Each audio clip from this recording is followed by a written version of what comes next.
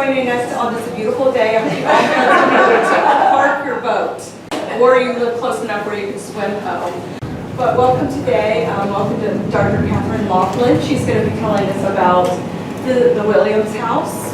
This is the second in a series of historical houses on the move. If you haven't noticed, one day a house is there and the next day it's somewhere else. So we're learning about those houses, the history of them, and maybe even some about the logistics of getting them moved or picking up the new spot, things like that. So I wanted to say welcome to Dr. Loflin. She's going to give a presentation, and she would like you to hold your questions until the end. I'm going to turn it over to Dr. Loflin. Sure. Thank you.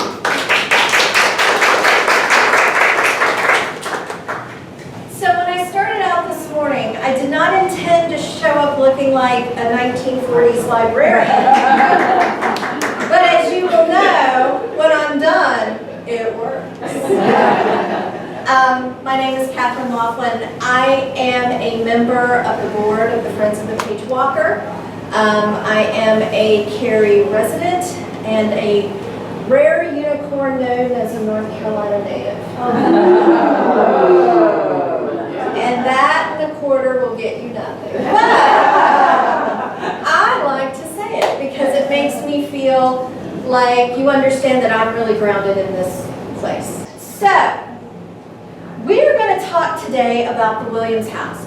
And for the first time in a while, I don't have to talk about anything haunted or, weird very much. But it is a house that a lot of people know the least about. There's a lot of mystery, if you will, with this house. We are doing, with the Friends of the Page Walker, a series of 3. So Carla Michaels, who is here today, did the Nancy Jones house a couple of weeks ago, which I attended, and I always learn something from Carla. And we will soon be doing, after me, the Ivy Ellington house. And he's hiding. There he is. Our speaker's back there, and he's like, be bad, Katherine. I don't need to follow you and Carla at anything. So anyway, there is a lot of mystery and history with this house, and we have done through the years a lot of digging into it. And what I wanted to do today, besides just tell you about what we know, is sort of show you the guide path that a local history researcher goes through to try to figure out these stories and bring this history to you. We give it to you very nice, it's very pretty, here it is, and little do you know, behind the scenes, the hair pulling, the crying, the driving, the angst that comes with it. I do have to acknowledge Carla, though. Carla Michaels, if you don't know, is a wealth of information on Cary history, and she hates for me to talk to her. Look at she's like making eye contact with me. But we don't acknowledge Carla enough in this community for keeping the history alive. So when she offered me some things, I jumped at it. I also want to acknowledge Chatham Street Commercial. He's the developer. Now you all hate me. But they actually did a good job in documenting a lot of their own personal history and activity with this house. So, in 1938, something different shows up on the landscape of Cary history, and it is known as the Williams House. It was built, not at the time though, it was built in 1938 by a brick company out of Lillington called the Rickman Brick Company, and it was located at 318 East Chatham Street. Now, as you can tell, it has a very distinctive Art Deco style that was not typical of the houses around here at that time. So one question immediately comes to mind, that's probably what brought you all here today too. Why was it built in this style? And who was the architect behind it? So this is where our historical journey into these very important questions begins.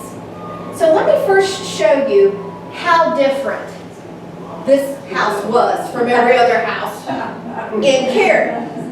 So first of all, it was located in a place called Urban Terrace. So imagine, if you will, You know, 1930s America, the houses are all lined up coming in. And this one is right there in the middle of all of this action called Urban Terrace. And this family is actually the Jordan family that's related to Carla. They were standing here on their property getting a family picture. And this is why it's so important to have not just archives, but people who carry on the history of a place. Because Carla, again, I know she's going to kill me. Carla knew this is more than just a picture of my family. That's not even a very well-posed picture. It shows the dichotomy of how different these two houses really were in their natural setting.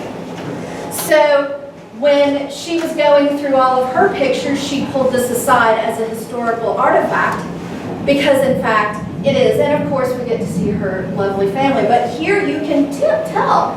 I mean, this looks like, you know, typical Americana. This looks like the aliens delivered it. and I'm sure, so again, I have my PhD's in social work. So everything to me has this psychological tinge to it. So to make us all feel a little bit better about where we are in the world of Cary today, so we're living here now in the new world of houses like this, and we're starting to see this again. So this is not the first time. We have gone through a transition where our architectural styles have changed, and they survived. It'll be okay. I know it's probably, would you rather live in the house on the left or the one on the right? That's a debate for another day. But please know that Cary has this history of reinventing itself. And the important thing while we reinvent is to never lose the line that makes us who we are. That's what I think people worry about. Like, we're not going to be who we are as a place because we're changing. But rest assured, we have changed before. So this area is now known as Chatham Walk today. So if you needed to get a way to ground yourself in where we are. So the researcher, the local history researcher goes, that reminds me of something. You know, when they see this house.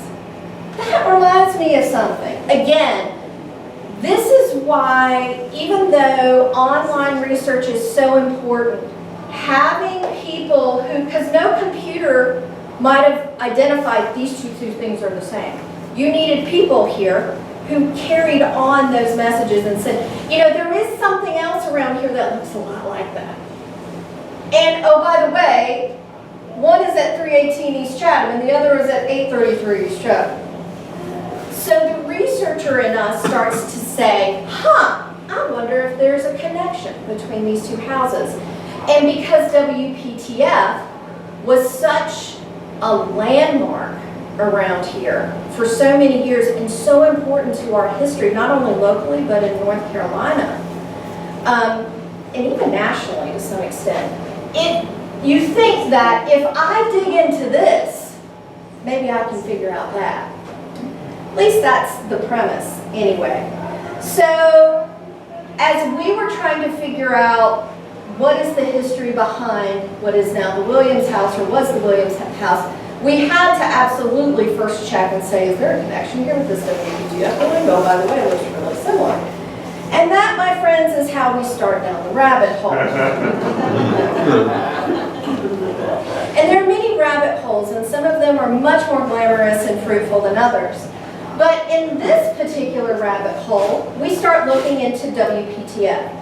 Now here's a very quick review of WPTF. In 1927, the Durham Life Insurance Company acquired an existing radio station and changed its call letters to WPTF. Why WPTF? Because it stood for the company owner's motto, which is we protect the family.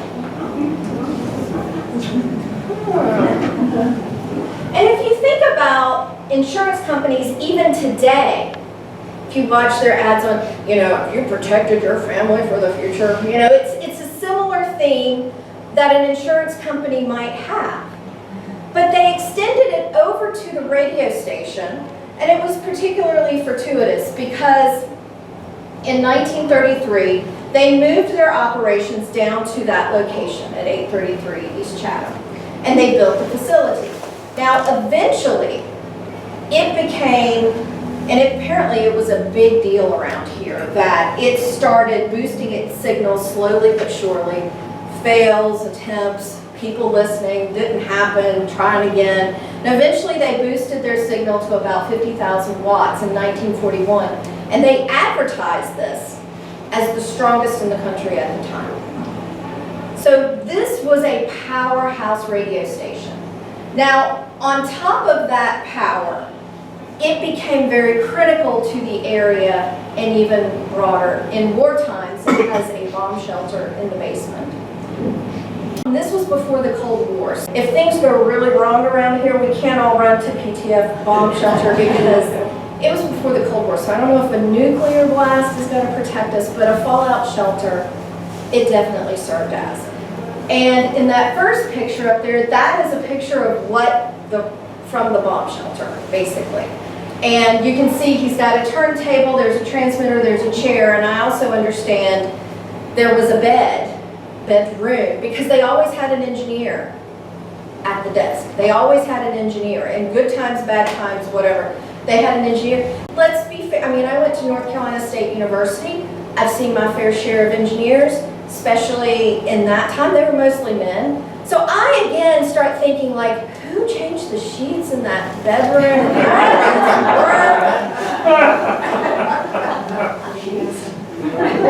Were there sheets? Maybe no sheets. That's how it was, just plastic bags. I don't know what was happening there. But they were committed to serving our state. And so, as you know, as heroes that they are, they probably didn't care. I worry about, I have a teenager. I know what can happen in a room that doesn't get attention for a while. So, anyway, it had this wartime importance for us. On top of that, it was a pioneer in educational radio, not only in North Carolina, but in the country. So educational radio, it was called here the North Carolina Radio School. And it was developed in the 30s and the 40s in different places across the country. WPTF was the broadcaster of this school. And when I dug down the secondary 12th rabbit holes I'm not even bothering to talk about, I discovered that the reason why they started the North Carolina Radio School, or radio schools all across the country, it was a reaction to polio outbreaks. And so when we think back on our recent history of COVID and how online learning became the way to go, again, this was not the first time. We had to go to our homes to teach our children. So with polio outbreaks and things like that, kids would stay home and listen to the radio. It was their Zoom classroom, which is fascinating, right? So even when there wasn't these outbreaks, teachers and parents kind of liked this sort of early entry into PBS learning. And the WPTF that we know today was obviously the thing that held it together. They were the broadcasters. So this is what I figured out going down the rabbit hole and so much more. But I look at these children's faces again, I'm a shrink, and I'll go to a shrinky place. You know, this kid is like, I can't stand this. This kid's like, why does this teacher have an accent I can't understand? You know, this little girl's like, I'm not even in this grade. I had complete flashbacks to COVID and opening my daughter's, I'll never forget, and this is, again, rabbit holes are life.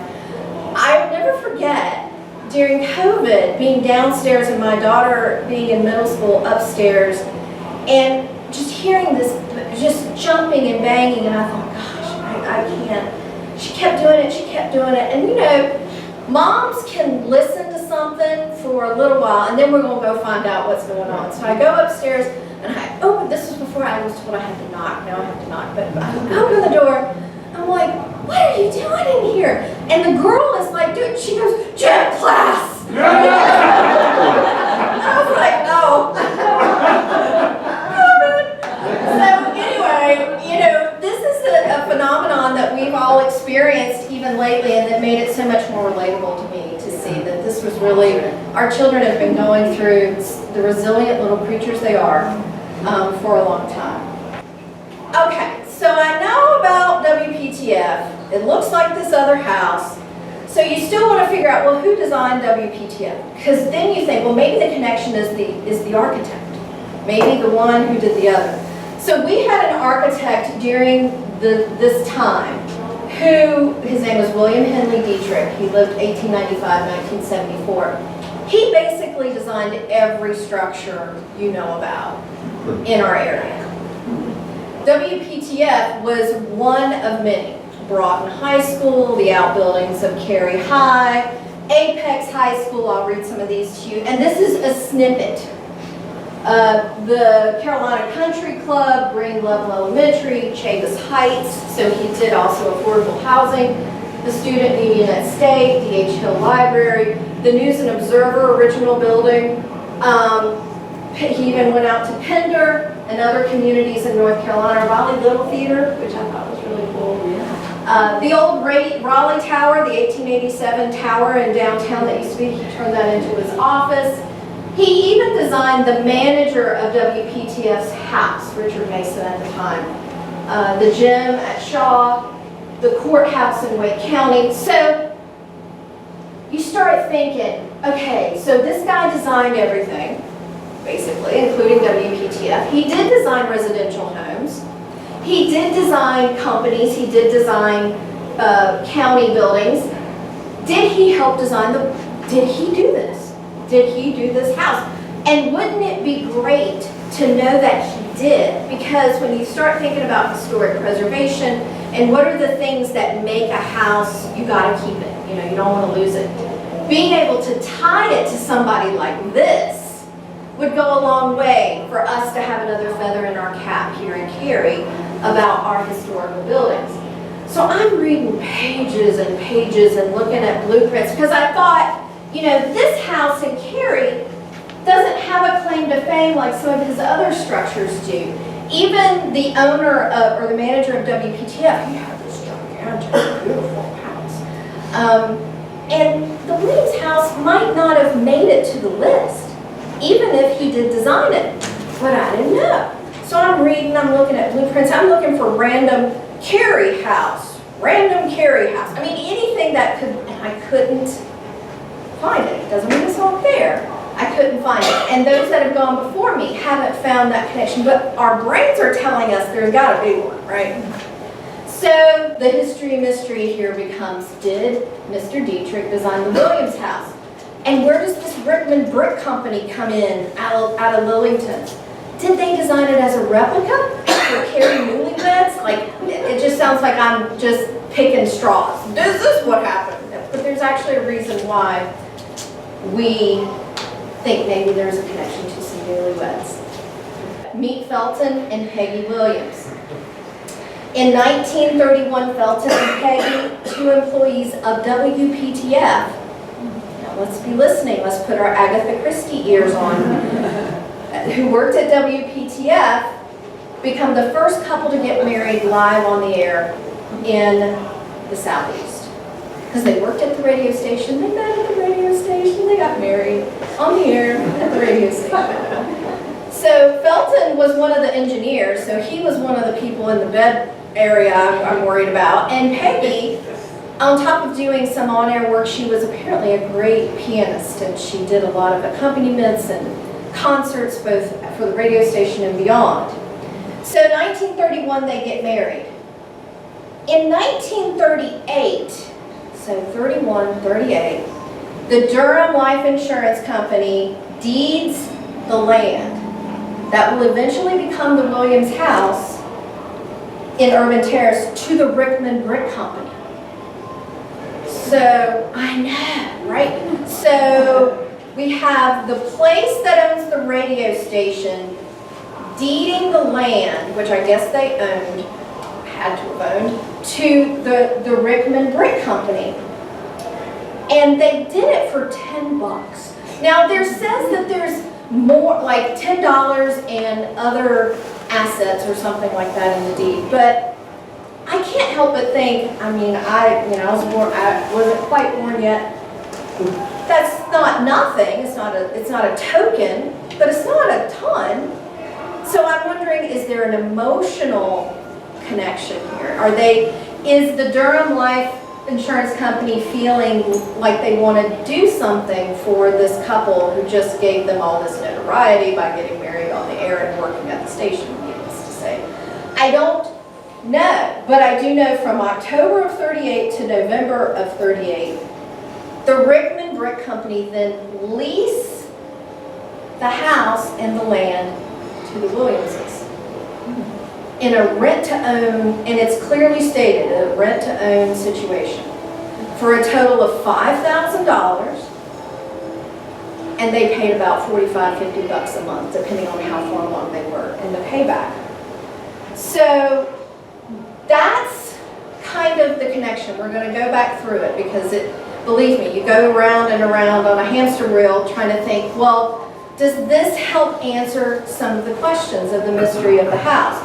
In 1945, the property was sold again, and it goes through a series of families, and then in 2016, it was acquired by Chatham Street Commercial, who the family, the Jordan family, owned the land, soon acquired the land, and so it was a whole family thing going on there. But this is the basic, and this picture is from when they got married. So or when they were leaving, there's Felton and Margaret in the window there. And the signs, if you can't see it, is like a peach of a pear. And then there's something that they use the call letters, WPTF, and it says, I don't know what this means, Carla. You might, woo pee tie fuff. I don't know what that means, but it sounds very cool. Borderline cussing, but I don't think that's what they meant. And of course, here is a man here still doing an announcement. Like, these people were committed to journalism. I don't even know where that plugged into. There wasn't Bluetooth back then, So, but he is, and look at the pure happiness that there truly is, that this couple is getting married and living in Cary in this house that was deeded by their company, the owner companies deeded them the land to the brick company that built the house that they ended up living in and eventually buying for $50 a month. So, and here's a bonus round, rabbit hole bonus round. So they have a child, they have a son, and in 1936, at 5 years old, he's chosen as the senior class mascot for Cary High. It's perfect, right? I mean, I want a picture of that. I can't find one. I didn't even know senior classes had. I thought he was like the imp. And he's the imp? How is that going? But apparently, senior classes, Carla can tell us all about it. Senior classes chose a mascot and their child. So these kids were, I don't say local celebrities, but people knew who they were. And they definitely made a contribution to Cary, not only through the house, but through their work at WPTF. So, and this is where, you go to, at least I go to your favorite relaxing liquid. And you sit there and you're like, okay, let me see if I can get through this. So we have Mr. Dietrich, because it's cool that we make this love connection to the house. I think we've done that. I think we're pretty confident in love. But again, the way that we make, and those are the heart-tugging stories that I love in the history.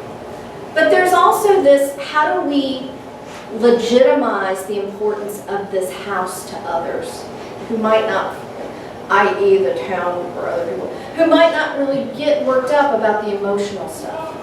How do we make it a legitimately savable house? So you go back to the architect, which in our case was an absolute rock star, right? We want him to have designed this house. So we have Mr. Dietrich, who designed WPTF. And then we have the Williamses, who work at WPTF, who eventually live in the spaceship that is the WPTF house. So did Mr. Dietrich design the house? The answer is, we don't know. We don't know. And this is where local history becomes interesting with what you want to be true and you have evidence that makes it probably is.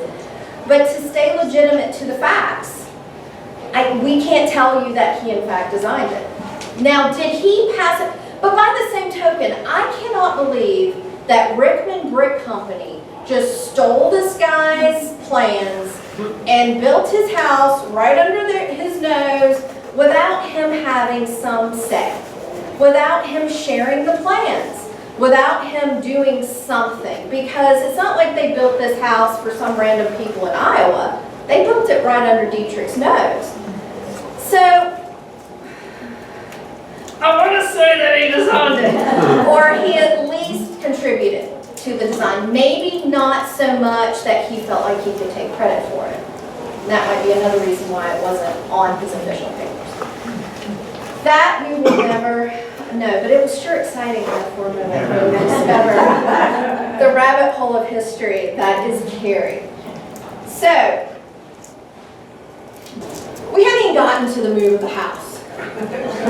So it's time I got to the move of the house.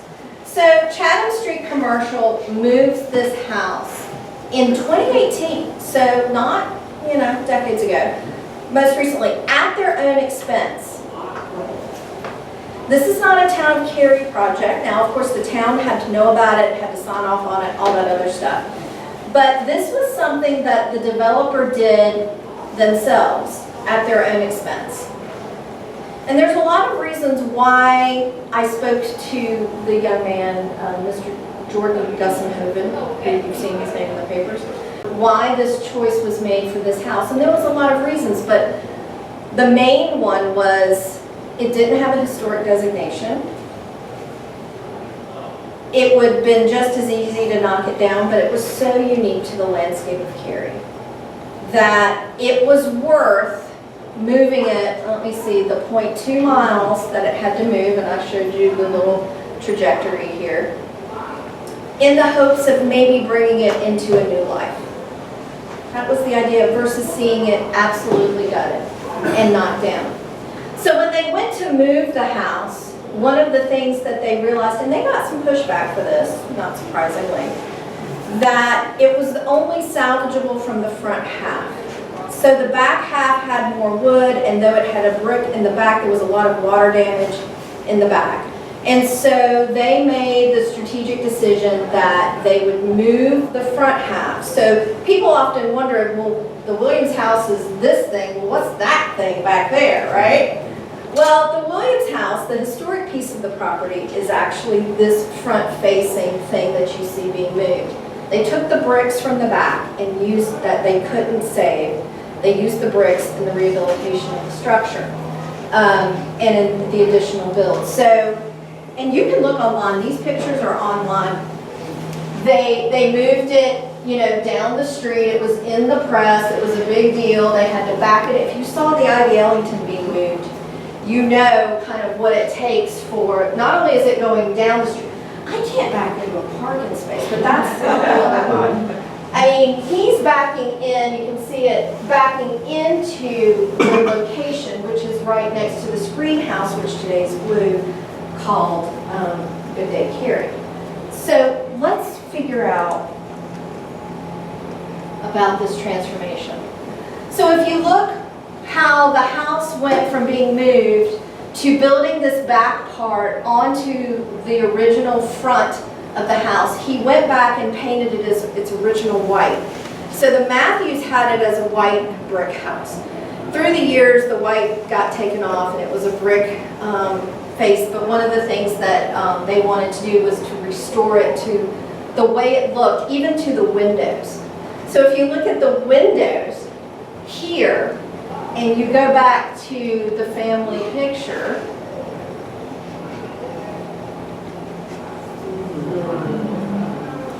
there was a lot of detail that went into restoring what they could from this house, even down to, again, a very modern, for the time, spaceship-looking kind of window.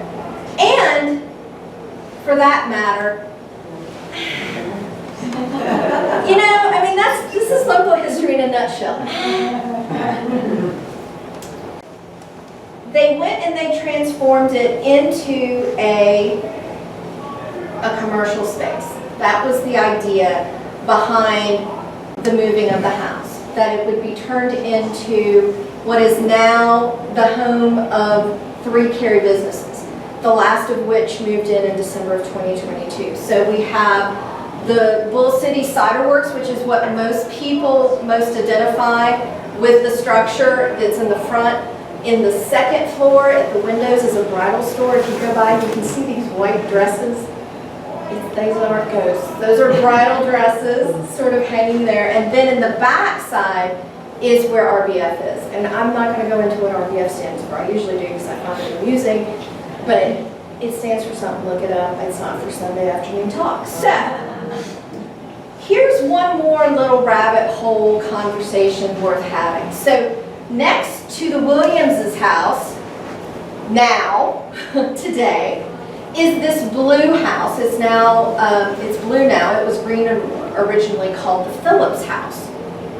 All right, Williams Phillips house. It was built in 1930 by, obviously, to live in by the Phillips family. What I love about the Phillips house, besides it being a cute bungalow-looking house, is their son, their son was a football star at NC State who left NC State to go fight in World War II. Now, this guy was a star at NC State. He left, his name was Al, to go fight in World War II. He came back and finished his degree. And then he went on to become a historic preservationist and elected leader in Edenton, which is another really cool town. If you've never been, I encourage it. And there's still a scholarship in his name at NC State because he was such a great football star, but also a war hero. So Chatham developed both of these buildings together. And if you look on their website, they talk about it as kind of being a package deal, even though they couldn't look any more different. And the Williams house obviously was developed, as I just said, into those 2 bars and a retail space. And the Phillips house is Good Day Care. So if you see a lot of intermingling between those houses, it's because that's how the developer kind of thought about they should live together, even though they are quite different. So let's just for a second, and not even 40, 30 minutes. This is what we have. We have an insurance company who buys an existing radio station, changes the call letters to more reflect their brand, and then becomes one of the state's leaders in public education and protection during wartime because of the way that they service the country, or the state. They have 2 employees who meet there. They get married. And they have their wedding live on the air. This company contracts with a brick company down in Lillington to build this house that a month after it's built, this couple moves into to rent to own and to live. Then we have the architect who built WPTF potentially having a connection to the house, and now that house has been moved to become 2 bars and a retail space next to another house that also had its own emotional story, if you will. And it just goes to show you that history is so layered in this town. I do local history productions for other towns, and I was telling you guys before we got started, and I'm looking through their stuff, and I'm like, gosh, I want to have to make something out of this, Not in Cary. I don't have to make stuff up about this town. This town has history like you would not believe. If it's not the architecture, if it's not the preservation, it's the people, it's the stories, it's the first of its kinds, it's all of that is Cary. So I I hope what I have done today in telling a story about a little house that otherwise we might know nothing about, we know a little bit about, but we don't know it all. So I hope that you guys feel inspired now when you drive down the roads of Cary or anywhere. I wonder what the story is there. I wonder what the story is there. Because there's stories yet to be uncovered. And there are people and places along the way that can help you do that. So the state, a lot of this stuff is online. The state archives is wonderful. You can also drive there. The property, the way you want to know what your neighbors pay for their house, there's a way to know. That's a little, or what your boss paid for his house. Anyway, it's a whole thing you can get into. The Olivia Rainey Local Library off Pool Road, local history. It's a drive, but if you care anything about local history, it's really worth going to. We at the Friends are always looking to recruit more suckers, volunteers, who will go down rabbit holes with us and help us tell the story of Cary. Ancestry, my favorite is Find a Grave and WikiTree. I think those are really good resources, as well as Encyclopedia, which is like Wikipedia for North Carolina. It's really cool. Newspapers.com, it's great, but it's a little more expensive. I just want to inspire you to grab an address and stick it in a Google browser and tell us what you find.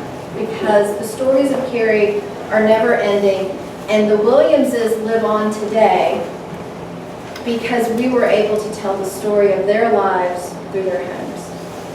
And there's more to come. So I will take questions, but I first of all appreciate you guys living through the end of the world with me. The Williamses and Mr. Dietrich is like, oh, it's pretty good.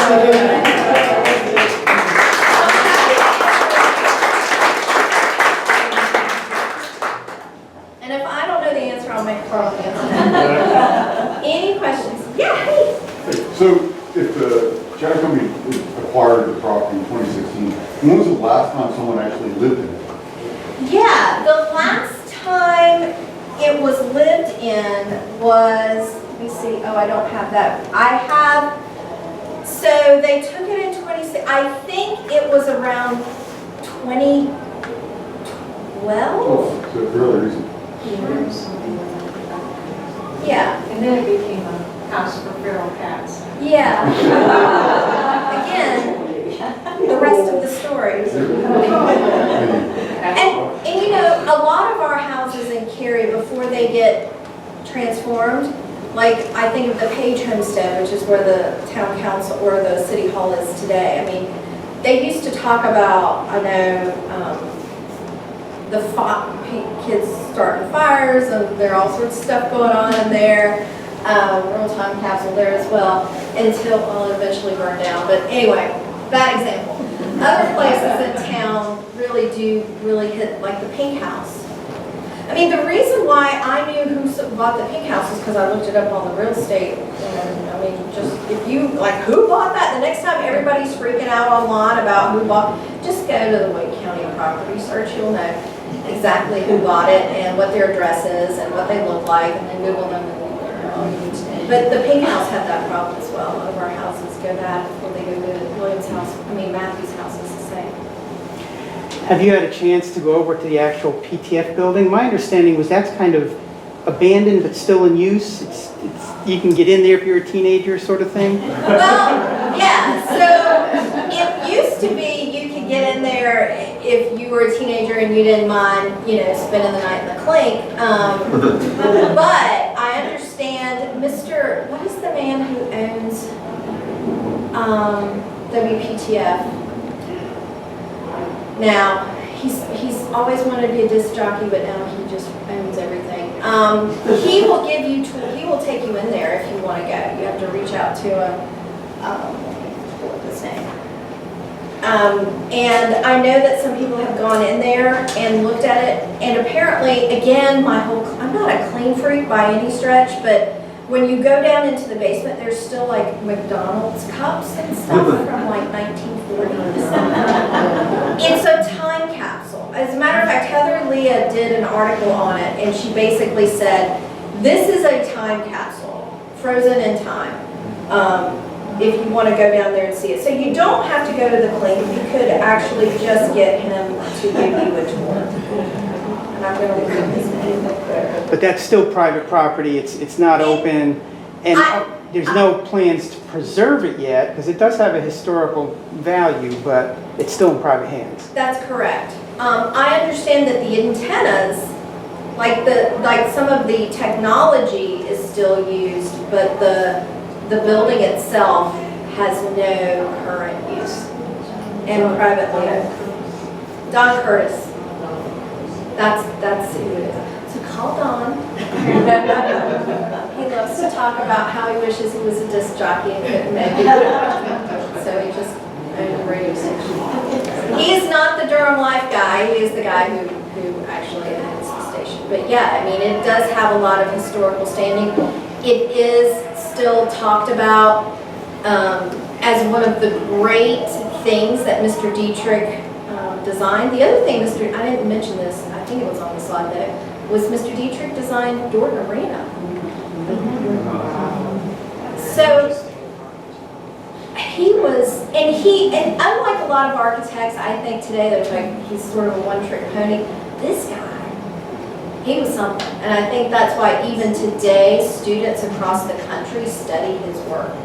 Because he could jump from, public housing to million-dollar mansions to radio stations to courthouses to Dorton Arena. It's pretty outstanding design. I'm sorry. One of your earlier slides, you had a slide where it showed as if it looked to me like a subdivision layout. And I was wondering, I think that was back in the 1930s. And so was that the town of Cary planning for its downtown at that time? And was it also, today, everyone's house is pretty much the same. Was those plots of land then sold to everyone and then people just brought in their own architect, their own developer, and then there's one more question. How long did it take to actually construct the house? Yes, so what we know from the property deeds of the house, I'm going to start with the end and then I'm going to work back, and Carla, you might want to get ready for some of this too. There you go. So we have November 1938, Rickman gets the lease to the property. October 1938, Durham Life gives it to the brick company. And in November of 38, they lease it to rent to own. So I don't think they built the house in a month. So there might have been something going on and they just waited to formalize things later. But that's a pretty quick turn, which also makes me know that they had a buyer, they knew who was going in the house, so the best we can guess is that, when the land was leased and then it was built, it was built by the brick company. It wasn't built by WPTF, it was built by the brick company, but the land was given for that purpose, and within a month's time of that happening, the couple moves into the house. So I don't know how long it took to construct, but what the records indicate is that this happened very quickly. There was about a month between the leasing of the original land to eventually the couple moving in. But I would imagine it took a little bit longer than that. So Carla, do you want to say anything about, this is like the development, this is Chatham Walk here, this was Urban Terrace, but even here, you have to remember, like, our house, the Williamses' house, it was 2 spots. It was 9 and 10. So it was 9 and 10. So not every little sliver just means one house. Sometimes you get a couple.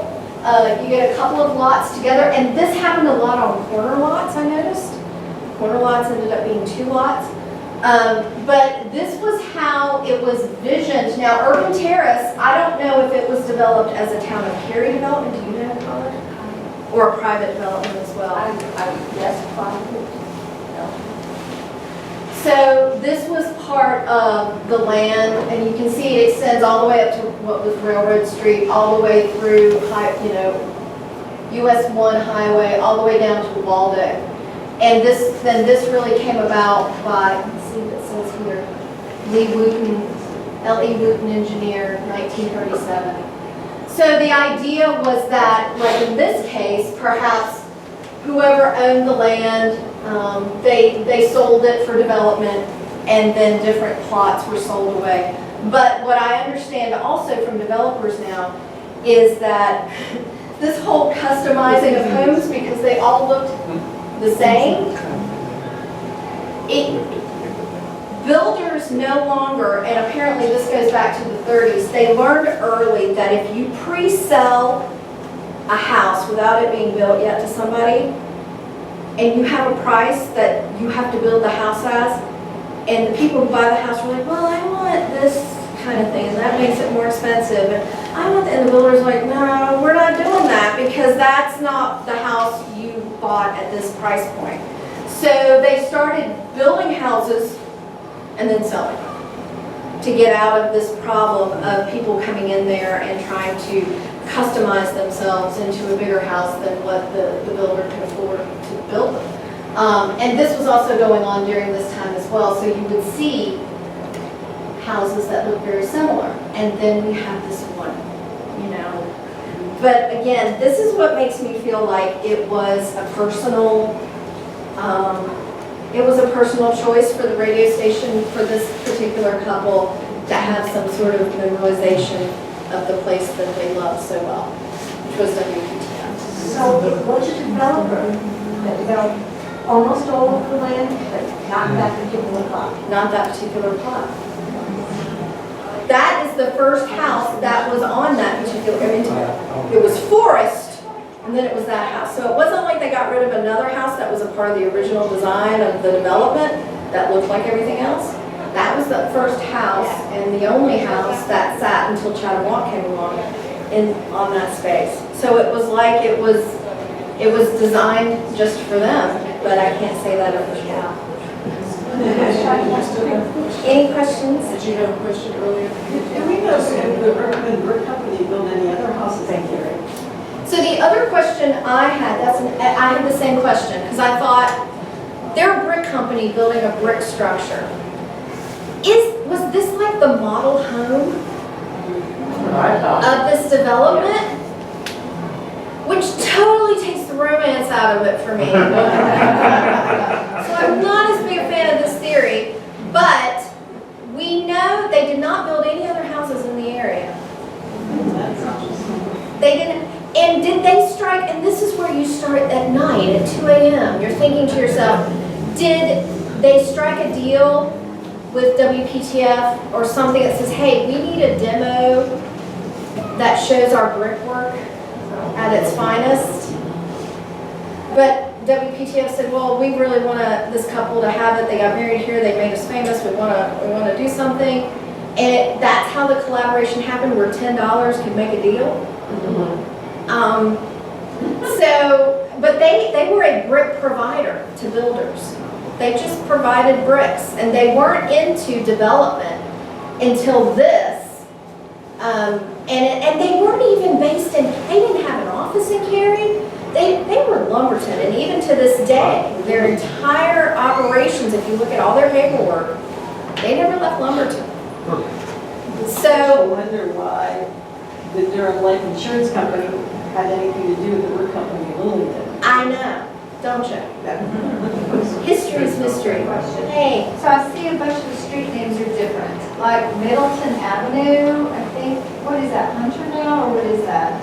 Right there at the corner, so that's changed. US Highway number 1 is now Chatham, and then US Highway number 70 at the top is now Durham.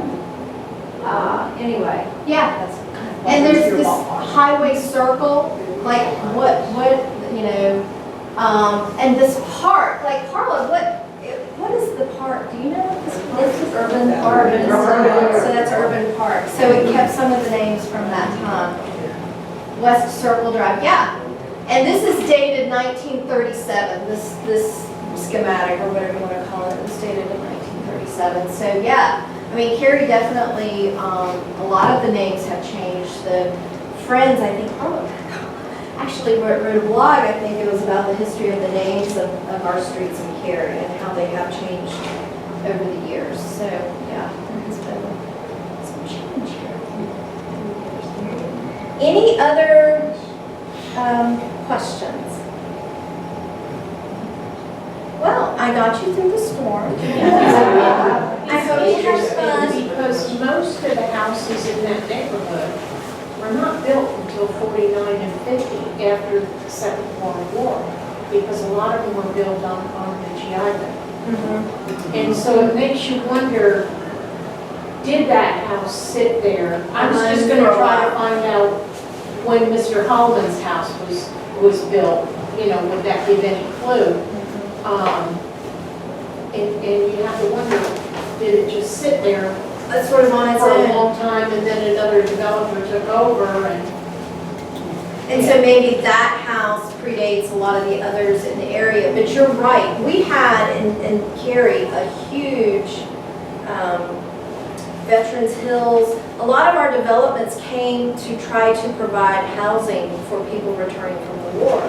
We have a long history in that. So it could have been that, like you said, that house sort of, it was WPTF's property. It was just sort of sitting there in case they wanted to expand. It wasn't that far away from where they were. And they ended up maybe piecing off that structure and then other ones came later. See, there's more that we need to do. And that's the joy. Did your presentation say how much they paid for that rental? It didn't. What we have is that they bought the house and the land for $5,000. House and They moved, the rent-to-own agreement said, you are going to purchase this property with the structure for $5,000, paying $45 to $50 a month. I know, we're all sitting there like, that won't even help with the land that my mailbox is on. But back then, and it was like and there was interest. I mean, it's not like they got it, they paid interest on it, but it was a $5,000. that was very expensive. And then you have to have an engineer and a pianist afford, that was a lot of money for a house. How did they afford that? You know how long they rented it? They rented it, so the term was 1 year, and then they had to either buy it or get out. It's typical rent-to-own agreement, shockingly. And they bought it. They were able to acquire it at that, and live there, you know, I think 10 years. Had children and all that. Oh, yeah, hey Barb. Just a couple questions coming to my mind. Do we know where they lived before they moved into this house? Because obviously they had a child before they moved into this house. They must have been living somewhere. And then also, do we know, did WPTF have some kind of relationship with the brick company? Did their building get built by that? Was that made out of brick, the WPTF? Yeah, so what we know is that Dietrich designed, and they say he built it. So I don't know if he subcontracted with Rickman for the bricks or something, but why would you go to Lumberton for bricks? Like, I don't understand that part, like, Unless they had some kind of. a deal. Who was it? Wellington? Wellington, yeah. They're big bricks. Somebody's brother. So maybe it was like the place to go for bricks. I don't know. And they were married. See, this is exactly what I wanted to happen with this presentation. The confusion and the inspiration. They were married in 30. I'm trying to get my slides. They were married in 31. The house stuff didn't happen till 38. So they were married. That was the other thing. This wasn't a wedding gift. Like, they had been married for 7 years. What? Like, so I don't know where they lived. Maybe they lived in that bedroom at WPTF. At a certain point, you just start making stuff up. They lived in the bedroom. And then they lived there from 1938 to 1945, and then they sold it to another couple. So, and the boy, in 1936, yeah. So he was 5 years old in 1936. So, well, let's not get too of a mouthful on that one.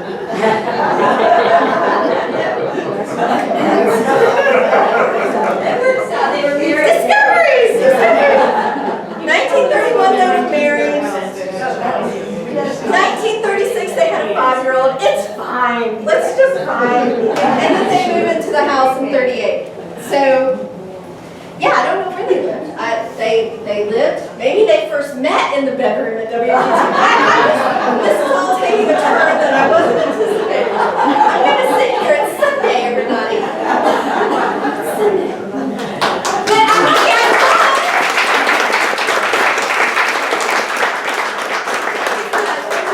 I want to thank you for coming out and giving us more rabbit holes to dig into. And thank you all for participating in your questions. This ends our program for today, but there is a third one. Let me go ahead and I want to give you the Ivy Ellington House with Michael Ruby's Rubes, I think Rubes. It's going to be Rubes. That's what I said at first. Sunday, August 6th at 2 o'clock here. So we'll know the history of the move of our little Ivy house. I don't know if many of you got a chance to see it, but yeah, we took pictures and saw it move from the gate down the street. It was amazing to watch. But we want to thank you. This ends our program for today. And I would like to present a little something to just a little something to you today. Oh my God, I was gonna totally steal that.